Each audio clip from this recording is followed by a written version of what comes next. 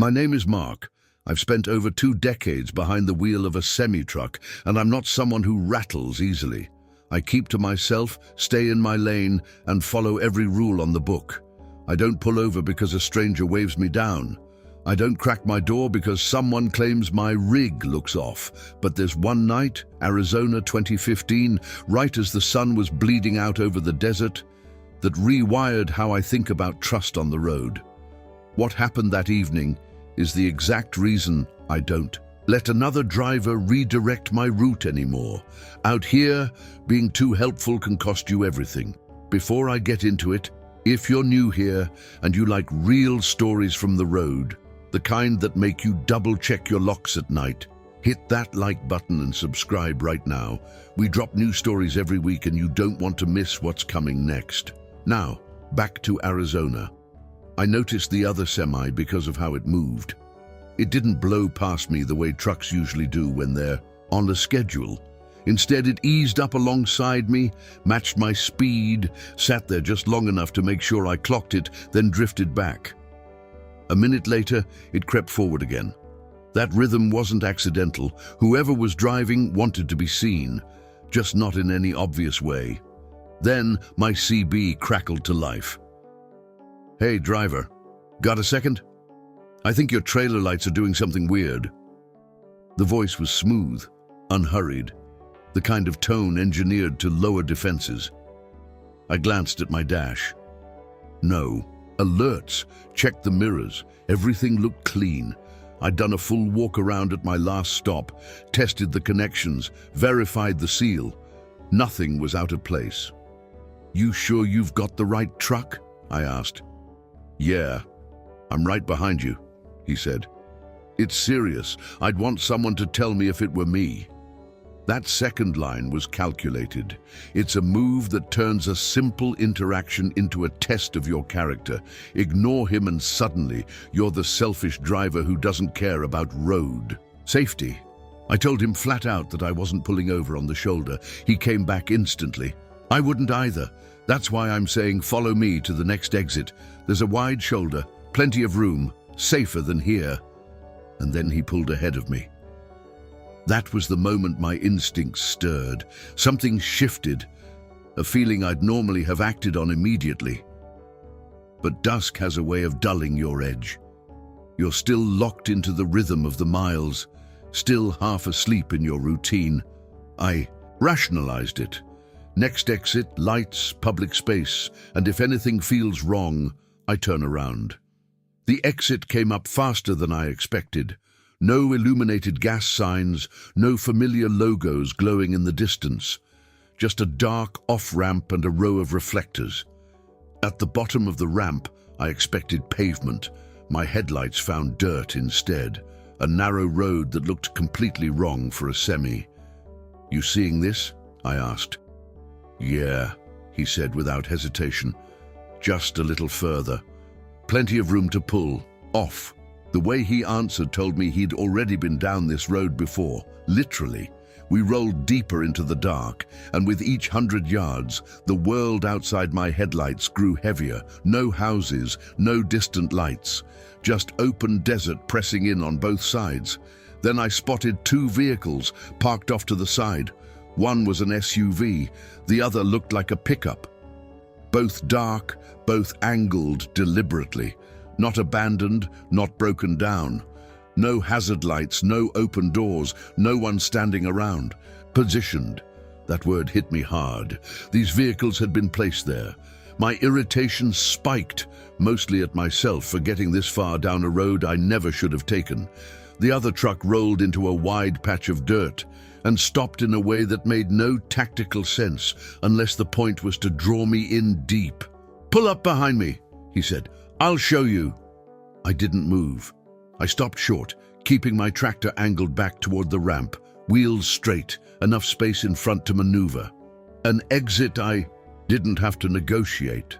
The SUV was positioned at an angle that would let it swing out and seal the road in a single move. The other driver's door opened. He climbed down slowly and started walking toward my cab. I couldn't see his hands. He stopped just at the edge of my headlights, cap pulled low over most of his face. "What exactly is wrong with the lights?" I asked through a gap in the window, barely wide enough to carry sound. He didn't answer the question. "You've got to pop the door," he said, like that was the logical next step in the sequence. Then the pickup's door opened and shut once, not the sound of someone getting out, just a single deliberate click, a signal. That's when the whole picture snapped into focus. Number 1, a second truck used as psychological bait. Number 2, a vehicle positioned to block my exit. Number 3, a third vehicle to approach from the front. Number 4, a coordinated 3-person setup, possibly more. I didn't argue. I didn't escalate. Aggression in that situation turns a tense standoff into something worse. Instead, I keyed the CB and spoke in a firm, official tone like someone was already patched in on the other end. "Unit 12, confirm my location. I'm en route at an unmarked turnout. Got another driver claiming an equipment issue." It wasn't real dispatch language, not exactly, but it sounded credible enough to create doubt. Then I hit the air horn. One long, ugly blast that tore through the silence of the desert like a flare gun going off. The sound bounced off trailers, hit the empty land, and made it clear that this moment was no longer quiet. The man stepped back. I held the horn, hit the high beams and reversed, tires grinding through loose grit. For a beat, I thought the ground might grab me. That's when the pickup rolled forward, just half a truck length. Just enough to confirm that if I'd pulled in behind the other semi, that gap would have been closed behind me. I backed out until the trailer straightened, then cranked hard toward the ramp, scraping something solid on the way out. As I cleared the turnout, the man slapped the side of my trailer hard enough that the echo carried into the cab. And then I was back on asphalt. Back where the rules mean something. My hands were shaking. I drove for miles, watching my mirrors, waiting for headlights to appear and follow.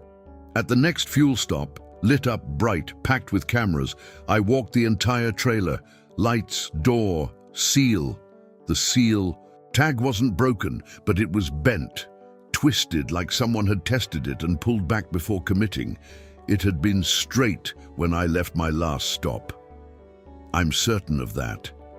Which means, while that driver was talking to me on the CB, someone else was already at my trailer.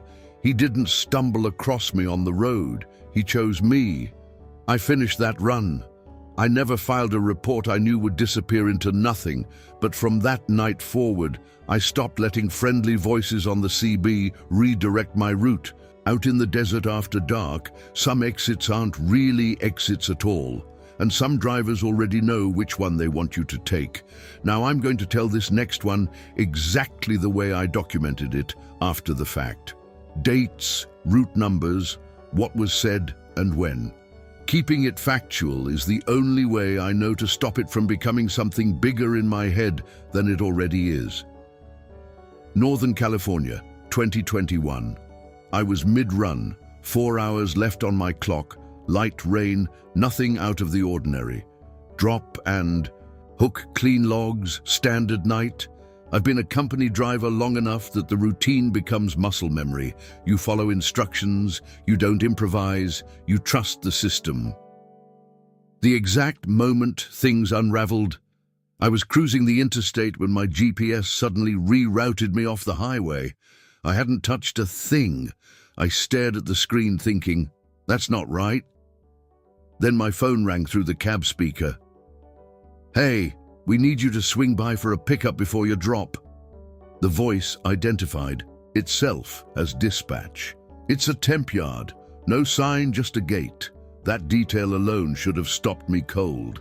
Our company doesn't run blind yards. Every location has a name, a code, a paper trail. But dispatch changes things. That's not unusual. So I stayed calm and asked what I always ask. "What's the address?" There was a pause, the kind that comes when someone is searching for something they should already have. "I'll text it," he said. What arrived wasn't an address. It was a set of directions, highway number, county road, then a private road near a fence line, followed by GPS coordinates. Coordinates. We almost never get those unless a location is genuinely in the middle of nowhere. I tried inputting them. My GPS couldn't make sense of it. It kept dropping a pin in empty space and looping me through the same recalculations. I called back. "It's temporary," the voice said again. "No sign, just a gate. You'll see it when you get there." I took the exit they directed me to. At first, everything seemed unremarkable. Two-lane road, some trees, the occasional driveway, the kind of stretch where you just stay alert for deer crossing after dark. But then the houses disappeared. The road narrowed, shoulders dissolved into drainage ditches. My headlights were the only light source for as far as I could see. Reflective markers nailed to fence posts appeared every few hundred yards, breadcrumbs that led nowhere I recognized. My GPS kept recalculating, looping, unable to commit to a route. I called dispatch a third time, partly to document that I had. "I'm on the county road now," I said. "There's nothing out here." "That's it," the voice replied immediately. "You'll see the entrance to a private road. Go in." I came around a bend and my headlights caught a sign, "Private road, no trespassing." Beyond it, a gravel path cut into the trees. No lighting, no structures. Just dark. I slowed to a crawl. "Dispatch, this is posted," I said. "No trespassing." "The signage is old," they replied. "You're behind schedule." There it was. Pressure, the one tool that works on professional drivers better than almost anything else, because the entire job runs on being on time. I sat there with my hazards blinking and rain ticking against the windshield when I noticed something ahead on the shoulder. Another semi, hazards on, driver standing outside waving. Truckers don't flag each other down without reason. I pulled up and cracked my window. "You headed to that temp yard?" he asked. I hadn't said a word, and he was already nodding like he had the answer. "They sent you there too," he said. Those words landed like a fist in the chest. He looked toward the private road entrance and told me a driver had taken that same road the month before. Same story. Dispatch reroute, pickup, temp yard. He never made the delivery. The truck was found later, doors closed, engine off, as though someone had parked it there deliberately and walked away. No driver, no explanation. The company said there was no record of the reroute, but drivers talk. Then he said something I haven't been able to shake. "If you go in there, don't stop deep, don't let yourself get boxed in, and don't step out for anyone." I pulled forward just enough to look compliant, then called dispatch one final time. "I need your employee ID and the load number." Silence. "We don't have time for this," the voice said. Same even tone. "What terminal are you calling from?" Another pause. "Just go in." No legitimate dispatcher dodges that question. I rolled toward the entrance slowly. My headlights caught a chain stretched across the road, not rusted, not old, fresh, with a clean padlock. And beyond it, deeper in the trees, a faint glow. Not a building light, a dashboard, someone sitting inside a vehicle with the headlights off, waiting in the dark. Then that glow moved, and the vehicle's headlights snapped on full blast, aimed directly at my cab. That wasn't a coincidence. That was a signal. I put the truck in reverse and kept backing until I found enough room to turn. I drove straight to the nearest truck stop with lights, cameras, and real people. The next morning, my actual company confirmed there had been no reroute, no temp yard, no dispatch instruction of any kind. My call log showed multiple calls to the dispatch number. When I asked for the recordings, I was told they couldn't be retrieved. That afternoon, a text arrived from an unknown number. "Next time, don't waste our time." That message told me everything. Someone had studied how professional drivers think, how they respond to authority, how compliance works in this job, and they used that knowledge to try to walk one inside a dark tree line. The most unsettling part? It almost worked. My name is Sarah. I drive solo over the road. Wyoming, winter of 2022. Roughly 3 a.m.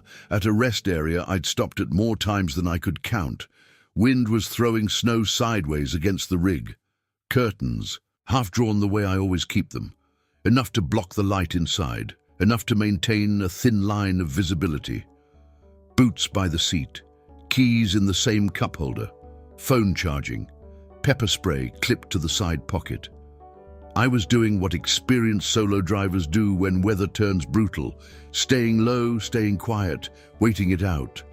Then came the first crunch of footsteps in the snow, right alongside the passenger side. Close enough that the sound vibrated through the floor of the cab, through the frame itself.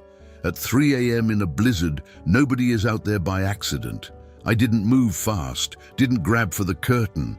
I stayed completely still and listened, the way you do when you're trying to determine whether a sound belongs to the environment or doesn't. Rest areas have their rhythm, doors, boots, tires on slush. These footsteps didn't head toward the bathrooms, didn't move toward another vehicle. They traced a short, deliberate path along my passenger side and stopped. I pulled up the dash cam app on my phone, screen dimmed. The front camera was useless in the storm, but audio mattered.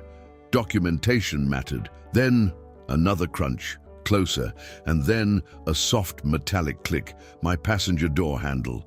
Light pressure at first, like someone testing rather than trying, then again harder, intentional. I flicked the interior light on and off once, a quick pulse, just enough to signal I was awake and paying attention. The handle went still. Then the footsteps resumed, circling, moving slowly along the side of the cab, using the truck itself as cover from the lot cameras and the weather. I hit the high beams. The lot went white for a full second. Snowbanks, picnic tables, the bathroom building, then darkness again. The footsteps stopped, nothing moved away. That bothered me more than if I'd seen someone running. It meant they hadn't gone anywhere obvious. Then, a step on the driver's side running board. The whole cab shifted slightly, not wind. I raised my phone and started recording. A shadow filled the thin gap where the curtain didn't quite meet the doorframe. And then a flat, heavy slap hit the glass right where my head would have been if I'd leaned forward. I treated it as a message and answered back. I laid on the horn, a full sustained blast that tore through the rest area and threw on every light I had. I dropped the truck into gear and rolled forward slowly, headlights sweeping across the snowbank on the driver's side. For half a second, I caught it, a crouched shape low to the ground, close enough to have grabbed the door handle if I'd hesitated even a moment longer. Then the blowing snow swallowed it whole. I drove straight to the nearest large truck stop, full lighting, working cameras, other drivers inside. I parked and watched my mirrors for a long time. Nothing followed. Back in the cab, I reviewed the dash cam footage. The audio caught everything. The handle test, the second attempt, the slap against the glass. The video showed only snow and white light. Storms erase things. Tracks, shapes, the direction someone ran. They turn the world into a blank page where someone can stand inches from you and simply disappear. After that night, I stopped using rest areas during whiteout conditions, unless I had absolutely no alternative. A crowded lot under harsh lighting, even an uncomfortable one, beats waiting alone in a storm, convincing yourself that silence means safety. Because sometimes silence just means someone is close enough to hear you breathe and patient enough to keep waiting. Tennessee, 2007. I was running regional nights, same routes, same stops, same everything. When you drive the same lanes long enough, the road stops feeling like a place and starts feeling like wallpaper. Heavy rain that night, not a drizzle. Real sheets, the kind that compress your field of vision and make familiar roads feel unfamiliar. I pulled into a small rest area off a 2-lane stretch. Not a truck stop. Just a low building, vending machines, a handful of spots. and yellowish lights that seemed to be fighting a losing battle against the dark. 3 other rigs were parked out wide, engines silent, curtains drawn. I finished my log with the curtain cracked just enough to watch the lot through the mirror. Then movement crossed that narrow slice of view. A woman stepped into the light. My brain immediately reached for the obvious explanation. She came from the bathroom building. But she wasn't coming from that direction. She walked in from the darker edge of the lot where the lights gave up and the rain turned everything into streaks, and she came directly toward my truck. She knocked. I stayed still, studying her through rain and mirror distortion. She knocked again. "Hey, I'm sorry to bother you. Can you help me? My phone died, my ride left. I just need to borrow a phone for 1 minute." Her voice was calm, measured, customer service calm. I used my driver voice, firm, not aggressive. "Ma'am, step back toward the light." She didn't move. "I need to see your hands." She tilted her head like the request confused her. "I'm not going to hurt you," she said. That line stays with me to this day. People who mean no harm rarely feel the need to say it out loud. "Just crack it an inch," she added, and she stayed planted in exactly the spot where the mirror angle and the rain worked against me, where her face was warped, her hands were invisible, and my visibility was at its worst. She was wet, sure, hair plastered to her cheeks, but her posture was relaxed, no shaking, no urgency in her body language at all. Then something moved behind her, low, near the edge of the lot, a shape shifting sideways, not matching the movement of the rain which fell straight down. It appeared and then was gone. I reached for my phone. Her eyes dropped immediately to my hands. She was tracking every movement I made. "I can make the call for you," I said. "I'll call the sheriff's department." "No," she said quickly. "Please, just open the window. I don't want to make a scene." I hadn't mentioned a scene. She had introduced that word. Farther out, a car sat parked with its lights off. I made one bad decision. I cracked the window, just a sliver, just enough to carry sound. Doors stayed locked. My shoulder stayed against the door. Rain rushed in immediately. "Thank you," she said, and her voice shifted. The pleading drained out of it. Something more settled moved in. "Step back," I started. Her hand shot up fast, reaching for the gap at the window edge, like she intended to grip it and pull. At the same moment, the figure behind her stepped fully into the light. Bigger, hood pulled low, face angled down. The woman dropped the performance entirely. "Just give me what you've got." I slammed the window. Her fingers slapped the glass and left a wet streak dragging downward. I hit the air horn and dropped the truck into gear. In the mirror, the second figure retreated toward the parked car. The woman stayed under the light, watching me pull out, the way someone watches a shift end. I reported it, but it was 2007. No dash cam. A woman in the rain is not a useful description. It became one of those stories that people half believe and fully forget. Then, weeks later, at a different rest stop, I saw her again, or someone who moved exactly like her. Same stance, same chosen angle relative to the driver's window, same distance. She was knocking on another truck, and through the glass I could see the driver inside, pausing, having the same internal argument I once had. "Don't be rude, don't overreact, just help." I didn't wait to see how it ended. I got in my cab, held the air horn down, and pulled out. In the mirror, the other driver's rig followed me. He understood. What that night in Tennessee really taught me wasn't just to distrust strangers. It was this. Some people don't approach you because they need help. They approach you because they know a request for help is the fastest way to get a door open. I've slept in more parking lots than I can remember. I've eaten hundreds of meals with the steering wheel pressed into my gut. I've watched so many sunrises through dirty windshield glass that they stopped feeling remarkable years ago. Truck stop bathrooms don't frighten me. They're unpleasant. They smell like broken promises and industrial cleaner. But fear? Not usually. That changed in Nevada, 2016. One of those desert truck stops that looks like it was dropped into the middle of nowhere as a social experiment. Flat land in every direction, no trees, just scrub brush, wind, and a cluster of lights holding out against the dark. I pulled in late, midnight, or past it. Not dramatically exhausted, just ground down in that slow way that makes your movements deliberate and your voice quieter than usual. I grabbed a coffee that tasted like it had been sitting since the previous administration and headed for the men's room. The bathroom was exactly what the highway prepares you for. Flickering fluorescent tubes, a smell that tried hard to be bleach and failed, 2 sinks with one usable, and a row of stalls with thin, warped metal doors that looked like they'd absorbed bad decisions for decades. I was reaching for a stall when I heard it. Breathing. Not background noise, not throat clearing, deliberate, steady breathing, coming from the last stall at the far end of the row. I stopped and registered it. The stall door was closed. The latch was turned, red indicator visible. Occupied. I cleared my throat loud enough to announce myself. The breathing continued, unbroken. I used the nearest stall and moved quickly.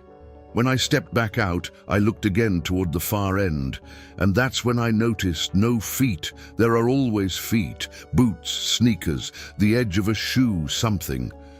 The floor under that stall door was bare, empty, but the breathing was still there.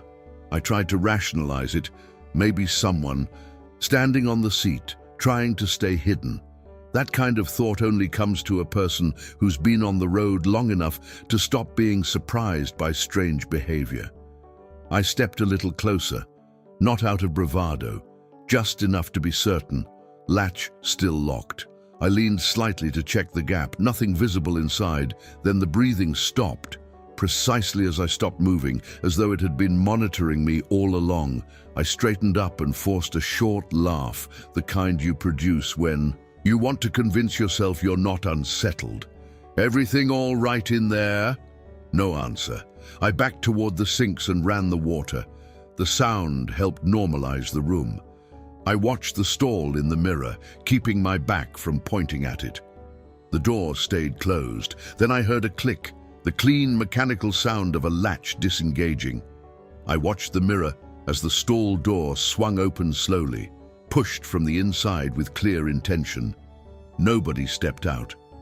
The interior of the stall was darker than it had any reason to be, as though the overhead light couldn't fully penetrate it.